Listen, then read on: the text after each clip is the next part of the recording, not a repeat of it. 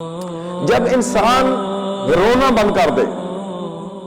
اس کو آنسو نہیں بہتے، روتا نہیں ہے اللہ کے ڈر سے، خوف سے اس کے آنسو بند ہو گئے، ایک بندہ اس کو رونا ہی نہیں آتا، تنہائی میں جاتا ہے،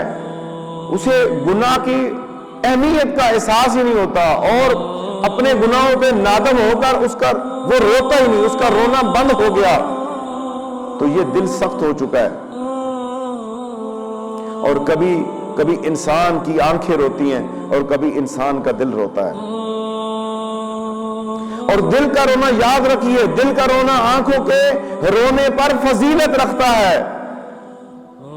جناب سیدنا ابو بکر صدیق رضی اللہ تعالیٰ عنہ جگہ پہ مقام پر ارشاد فرماتے ہیں، جس کا مفہوم ہے کہ اگر تمہیں رونا نہ آئے تو رونے والوں کا منہ بنا لو۔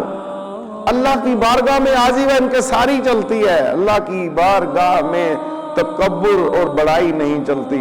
عاجزی کے ساتھ اللہ کی بارگاہ میں رونا شروع کر دو، اور رونے والا دل جو خلوص نیت کے ساتھ اللہ کی یاد میں روتا ہے، وہ زئی آنکھ سے رونے والے سے افضل ہے۔ یہ ضروری نہیں کہ آنکھ سے رونا ہی، پانی کا نکلنا ہی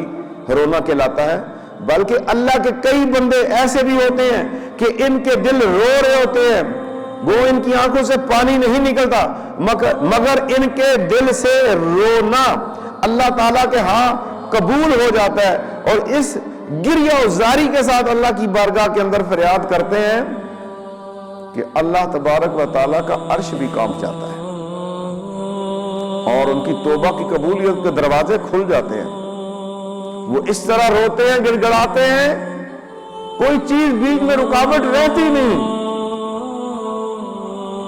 دل اور آنکھوں میں سے کوئی نہ کوئی چیز ضرور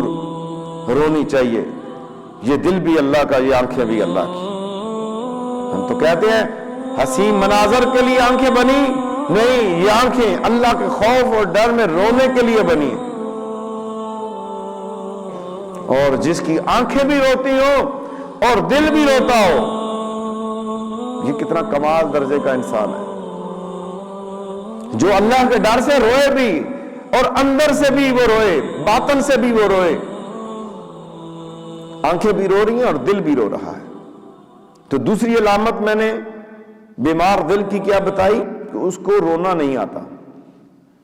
پہلی علامت تھی فانی چیزوں کو باقی چیزوں پر ترجیح دیتا ہے، دوسری علامت تھی انسان کا رونا اللہ کی رضا کے لیے بند ہو گیا ہے، یہ دوسری علامت تھی۔ مزید ویڈیوز دیکھنے کے لیے محمدی رونی قافلہ کے آفیشیل چینل کو سبسکرائب کریں اور بیل آئیکن کو پریس کریں۔